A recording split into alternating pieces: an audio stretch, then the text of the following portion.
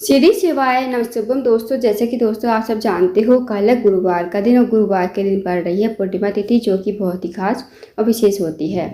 दोस्तों इस वीडियो में आपको 7 उपाय बताए जाएंगे जो कि आपको पूर्णिमा तिथि के दिन करने हैं, जिनमें से आपको एक उपाय अवश्य ही करना है पूर्णिमा तिथि के दिन।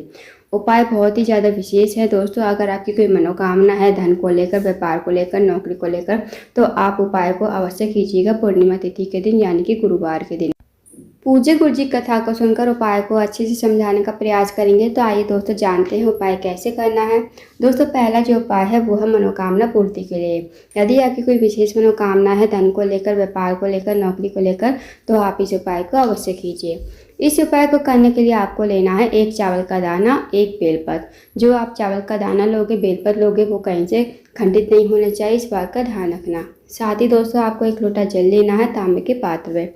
अब आपको चले जाना शिव जी के मंदिर में। इस उपाय का आप सुबह से लेकर शाम तक कभी भी कर सकते हो। शिव जी के मंदिर में जाकर सबसे पहले आपके पास जो चावल का दाना है ना, वो आपको शिवलिंग के ऊपर चंद्रमौली महादेव का नाम लेते हुए, चंद्रमौली महादेव का स्मरण करते हुए आपको चावल का दाना शिवलिंग के ठीक ऊपर समर्पित कर देना है। अब जो दोस्तों आपके पास बेलपत्र है ना, बेलपत्र आपको सबसे पहले अपनी मनोकामना बोलनी है। जो भी आपकी मनोकामना है धन को लेकर, व्यापार को लेकर, नौकरी को लेकर, आप अपनी मनोकामना बोलिए और इस बेलपत्र को आपको चावल के दाने के ऊपर ही समर्पित कर देना है। उसके बाद जो आपके पास 1 लोटा जल है, 1 लोटा जल आपको शिवलिंग के ठीक ऊपर श्री शिवाय नमस्तुभ्यम कहते हुए समर्पित कर देना है। साथ ही आपको अपनी मनोकामना फिर से बोल देनी है। जो भी आपकी मनोकामना है, मनोकामना बोलिए और जो जल नीचे बहकर आएगा ना जलाधारी से, वो थोड़ा सा जल आप अपने हाथों में लेना है और आपको अपने दोनों नैनों से इस जल को लगा लेना है। फिर आपको भगवान को प्रणाम करते हुए, विनती करते हुए आपको अपने घर पर चले जाना है। तो दोस्तों बहुत ही अचूक और विशेष उपाय है, पूर्णिमा तिथि के दिन करने वाला। इस उपाय को अवश्य कीजिएगा।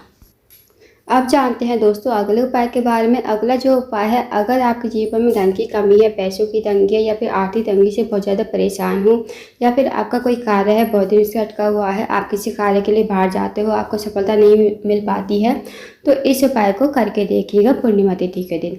तो आपको इस उपाय करने के लिए लेना है सबसे पहले 1 लोटा जल तांबे के पात्र में। साथ ही आपको लेनी है 5 बेलपत्र, जो कहीं से कटी फटी खंडित नहीं होनी चाहिए, और 1 कमलगट्टा आपको लेना है। 5 बेलपत्र को आपको लोटे के जल में डाल लेना है और 1 कमलगट्टा भी आपको लोटे के जल में ही डाल देना है। इस उपाय को आपको करना है प्रदोष काल के समय, यानी कि शाम के समय। अब आपको चले जाना है शिव जी के मंदिर में। शिव जी के मंदिर में जाकर सबसे पहले आपको उत्तर की तरफ मुँह करके खड़ा होना है। भगवान से प्रार्थना करनी है कि हे महादेव, मेरे जीवन में धन की वृद्धि नहीं है, धन की प्राप्ति नहीं है, माता लक्ष्मी का हमारे घर में वास नहीं है, हमारा ये कार्य है बहुत दिन से अटका हुआ है, आप हमारा कार्य पूर्ण करें और हमारे जीवन में कभी धन की कमी ना हो, माता लक्ष्मी हमारे घर में हमेशा वास करे। तो आपको ऐसी प्रार्थना विनती करते हुए लोटे का जल आपको शिवलिंग के ठीक ऊपर चंद्रेश्वर महादेव का नाम लेते हुए आपको समर्पित कर देना है। दोस्तों आपको नाम ध्यान रखना है, चंद्रेश्वर महादेव का आपको नाम लेना है और लोटे का जल आपको समर्पित कर देना है शिवलिंग के ठीक ऊपर। फिर आपको भगवान को प्रणाम करके, विनती करके आपको अपने घर पर आ जाना है। तो दोस्तों बहुत ही अचूक और विशेष उपाय है, इस उपाय करके देखिएगा, बहुत ही अचूक और विशेष उपाय है।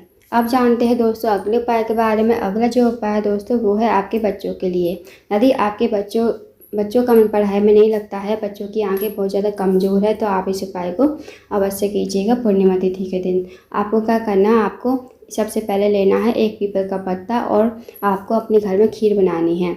1 पीपल का पत्ता आपको चंद्रमा की रोशनी में रात के 12 बजे रख देना है और पीपल के पत्ते पर आपको थोड़ी सी खीर रख देनी है। और ये उपाय दोस्तों आपको अपने बच्चों से ही कराना है, आपको ये उपाय नहीं करना है। रात्रि के 12 बजे पीपल के पत्ते पर थोड़ी सी खीर रखकर आपको चंद्रमा की रोशनी में रख देना है और आपको अपने बच्चे को छत पर लेकर जाना है। जहां आपने पीपल का पत्ता रखा होगा ना, वहीं पर आपको अपने बच्चे को लेकर जाना है और इस पीपल के पत्ते पर जो रखी थोड़ी सी खीर है, वो खीर आपको अपने बच्चे को चटानी है। जैसे आपने एक बार चटा दी तो आप अपने बच्चे से कहो कि चंद्रमा को 1 मिनट तक देखना है। उसके बाद दूसरी बार खीर चटानी है, फिर आपके बच्चे को 1 मिनट तक चंद्रमा को देखना है।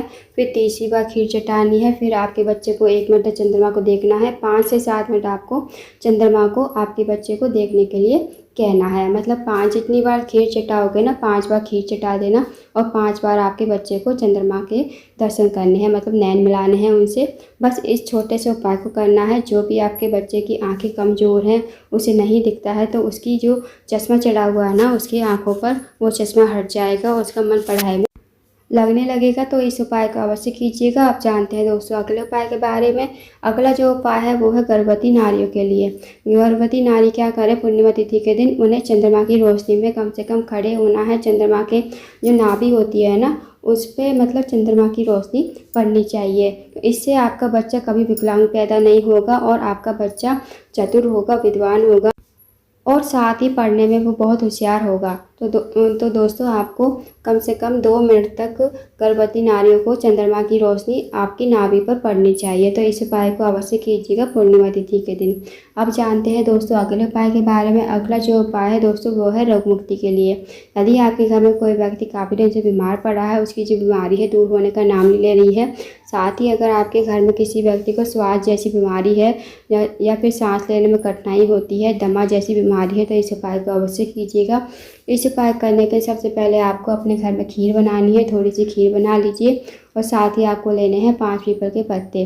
5 पीपल के पत्ते आपको चंद्रमा की रोशनी में रख देने हैं। ये उपाय भी आपको रात्रि के 12 बजे ही करना है और 5 पीपल के पत्तों पर आपको थोड़ी थोड़ी देर खीर रख देनी है। और जो भी व्यक्ति आपके घर में रोगी है, बीमार है, 5 पीपल के पत्तों पर थोड़ी थोड़ी खीर आपको उस रोगी व्यक्ति को चटा देनी है। सबसे पहले आप चंद्रमा की रोशनी में रख दीजिए, पीपल के पत्तों पर खीर रख दीजिए थोड़ी सी, और थोड़ी देर बाद मतलब थोड़ी देर तक रहने दीजिए और रोगी व्यक्ति को थोड़ी थोड़ी खीर 5 पीपल के पत्तों पर चटा दीजिए। और जो बाकी की खीर बचेगी ना, उसे आप अपने घर के फैमिली मेम्बर में, जितने भी फैमिली मेम्बर हैं, उन्हें प्रसाद स्वरूप बांट दीजिए। और जो पीपल के पत्ते हैं 5, उन्हें आप किसी नदी में प्रवाहित कर दीजिए या फिर पीपल के पेड़ के नीचे रखाना। तो दोस्तों करके देखिएगा, बहुत ही अच्छी विशेष उपाय है। जो भी व्यक्ति आपके घर में सांस जैसी मतलब सांस लेने में कठिनाई होती है, दमा जैसी बीमारी है, उसकी बीमारी धीरे धीरे दूर हो जाएगी। तो इस उपाय का अवश्य कीजिएगा। अब जानते हैं दोस्तों अगले उपाय के बारे में। दोस्तों अगला जो उपाय है वो धन की वृद्धि के लिए, धन प्राप्ति के लिए, माता लक्ष्मी आपके घर में वास करे उसके लिए है। तो आपको क्या करना है, आपको पूर्णिमा तिथि के दिन 1 लोटा जल लेना है तांबे के पात्र में। साथ ही आपको लेना है एक सफ़ेद पुष्प। आप केतकी के फूल को छोड़कर कोई भी सफ़ेद पुष्प ले सकते हो।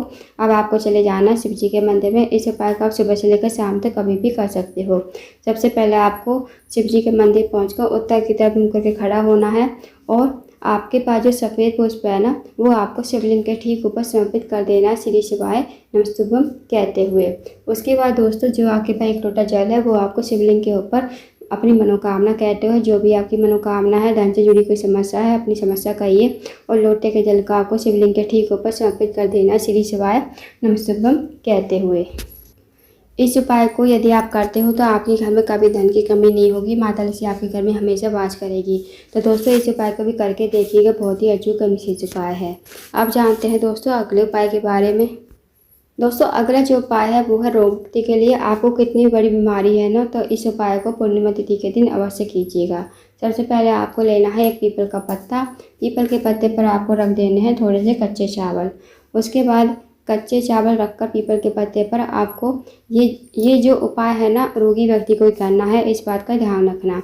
पीपल के पत्ते पर चावल रखकर आपको अपने ऊपर से 5 से 7 बार वार लेना है। उसके बाद दोस्तों आपको पीपल के पत्ते पर चावल जो रखे हैं, ये आपको अपने घर से बाहर, जहाँ आपका मेन गेट है ना, वहाँ पर थोड़ी सी दूरी पर बाहर की साइड रख दीजिए। और ये आपको पूर्णिमा की पूरी रात्रि तक वहीं पर रखे देना है। जब अगले दिन हो तो आपको क्या करना है, आपको जाना है अपने घर के मेन गेट पर और इसे सूंघना है। सबसे पहले इसे सूंघना है और सूंघने के बाद आपको इसे बहती हुई पानी में प्रवाहित कर देना है। बस छोटा सा उपाय करना है, करके देखिएगा।